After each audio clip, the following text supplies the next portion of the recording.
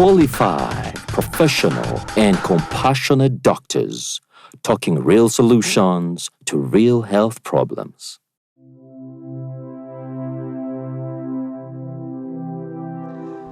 One of the biggest silent killers in today's world is hypertension, or what they commonly call high blood pressure.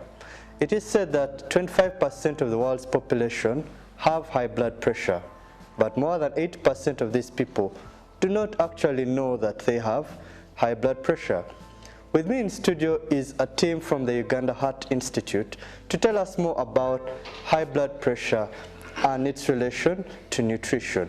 Please welcome with me our senior cardiologist, Dr. Lugero Charles, who works at the Uganda Heart Institute and has lots of experience in managing patients with high blood pressure, and Mr.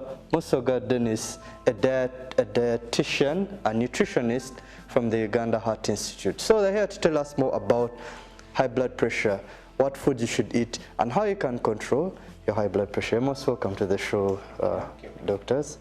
And I am your host for the evening, Dr. Dara Sowachi. So let's dig into understanding more about this silent killer, this silent disease that is taking so many people's lives, high blood pressure. So I'll start with you, Dr. Lugero.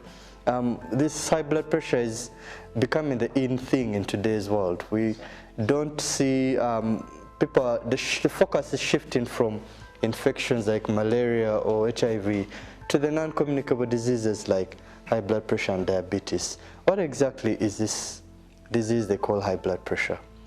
Hypertension is a disease that is caused by the force that is exerted on the blood vessels as the blood flows through those blood vessels. So you exert some pressure within the wall. That's what we call high blood pressure or hypertension. How does it come about, this force, when you talk about the blood vessels? So the force that comes from the pumping action of the heart. Okay. So this force comes from your heart. Each time your heart contracts, it generates a lot of force. This force is transmitted through the blood vessels. So the volume of blood that goes through your blood vessels, plus the resistance that it meets within the blood vessels, generates this force. And this force is felt on the walls of the blood vessels. Okay. So under normal circumstances, there is always a degree of pressure. So under normal circumstances, you've always heard us talk about people with pressures that are low, and, some people's pressures are high. So for you to be able to live normally, you must have a certain normal range of pressure to be able to support your body function, to be able to feed and perfuse your organs. So your pressure should be within a certain range. Okay. However, for some reason, your pressure can be above that range, and that comes with many problems, as we shall discuss in course. Is it true that people who are, for example, overweight, is it true that all of them have high blood pressure? Well, not all of them. Not all of them. So what is there a link between nutrition and high blood pressure? How does it come about? Yeah, absolutely there is. Absolutely there is. Yes. We talk about a force, blood going through your blood vessels. You get a point? With a force. Now we realize that for the blood to go, it has to be in volume, in amount. And when the amount increases in the vessels, the force will increase. You get the point? And the salt, you've heard about salt. You've heard about people talking about salt. Don't take too much salt. You get the point? Yes. Now, if somebody takes too much salt, salt will cause the blood volume to increase. Okay. So it is related to the amount of salt we eat in the food. Of course, and other foods, but I'm looking at salt here. Salt will increase the amount of volume. The volume of what? Blood in your blood vessels.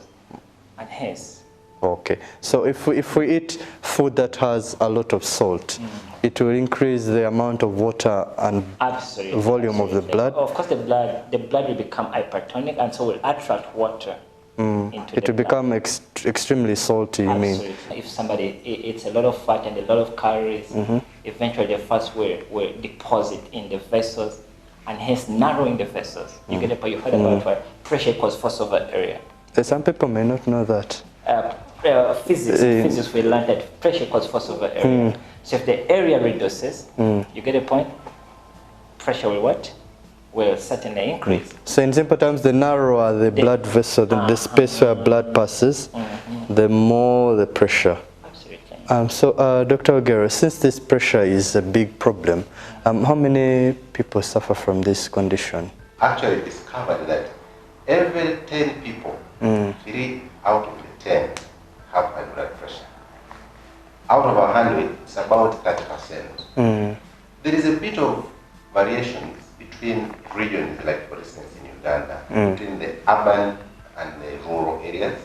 But again, the difference is not very significant. It almost cut across that everyone, both village and rural settings, the pressure issue is really common. Okay, so it isn't true that people who stay in urban areas have more pressure, that it's a disease of the rich. There's that myth that only rich people suffer from high blood pressure.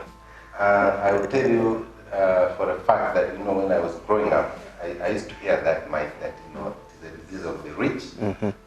But I want to tell the viewers that this pressure problem affects everyone of all settings, be it rural, be it urban.